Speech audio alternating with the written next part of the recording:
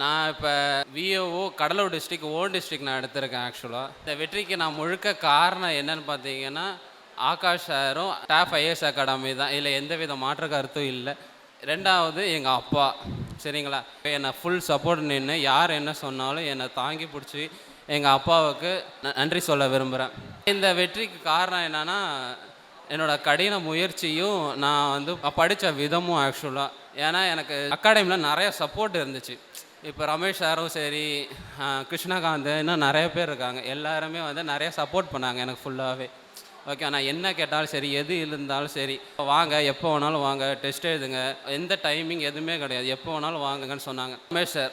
Ramesh sir வந்து என்னை எப்படி பார்த்தாருன்னா, எப்போ பார்த்தாலும் மோட்டிவேஷனாக பேசுவார். எந்த தருணத்தில் என்னன்னாலும் என்னை பார்த்து, நீ படிப்பா, உன்னால் முடியும், உன்னால் எல்லாமே முடியாதுன்னு இல்லை. ஆக்சுவலாக சில பேர் வார்த்தைக்கு நிறைய பவர் இருக்குது. அதாவது நீ நாள் கவுன்சிலிங் போகணும், நீங்கள் சாதா வெற்றியில் எனக்கு தேவையில்லை அப்படின்னார். அந்த வார்த்தையை நான் நிரூபித்து காட்டியிருக்கேன். நாள் கவுன்சிலிங் சார் சொன்ன மாதிரியே நான் வந்து கவுன்சிலிங் போய் வெற்றி அடைஞ்சிருக்கேன். ஆக்சுவலாக சுபஸ்ரீ மேம் ஒரு ஆசிரியரோட பவர் என்னங்கிறத வந்து நான் எனக்கு முழுமையாக உணர்ந்திருக்கேன். என் மேம் தான் சொன்னாங்க, வெற்றிங்கிறத வந்து செயலில் இருக்கணும், அடுத்தவங்க பேச்சுலேயோ நடவடிக்கையிலையோ எந்த ஈடுபாடுலையோ இருக்கக்கூடாது, செயலில் காட்டு, முதன்மை மாணவனாவா ஒழுக்கத்தோடு நீ இருந்தீன்னா அதுதான் அடுத்தவங்களுக்கு கொடுக்குற பதில்னு சொன்னாங்க. அந்த வார்த்தை கிருஷ்ணர் சொன்ன கீதம் மாதிரி என் வாழ்க்கையில் இந்த இடத்துல நான் நிற்கிறதுக்கு காரணமாக இருந்துச்சு. அதனால் மேமுக்கு தேங்க்ஸ் சொல்கிறேன். ரொம்ப எங்கள் அம்மா வந்து என்னை விட்டு கொடுக்க மாட்டாங்க. நான் அழுத தருணமும் இருக்குது. அந்த அழுத தருணத்தும் சரி, எங்கள் அம்மா வந்து என்னை தாங்கி பிடிச்சி, அழாதப்பா பார்த்துக்கலாம்.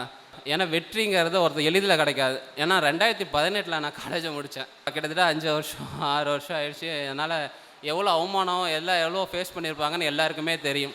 எவ்வளோ அவமானம் அவங்களாம் தாங்க முடியுமோ ஏற்றுக்கோங்க, ஓகேவா? அதில் எந்தவித ஃபீலே பண்ணாதீங்க. யாராவது மார்க் நினச்சி ஃபீல் பண்ணிங்கன்னா தயவு செஞ்சு ஃபீல் பண்ணாதீங்க, வருத்தப்படாதீங்க.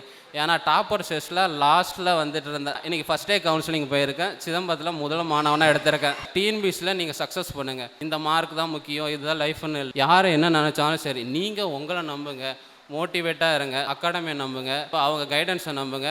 என்ன இருந்தாலும் சரி, ஓகேவா? நீங்கள் உங்களை எப்போ நம்புறீங்களோ அந்த தருணத்தில் நீங்கள் வெற்றி அடைகிறீங்க.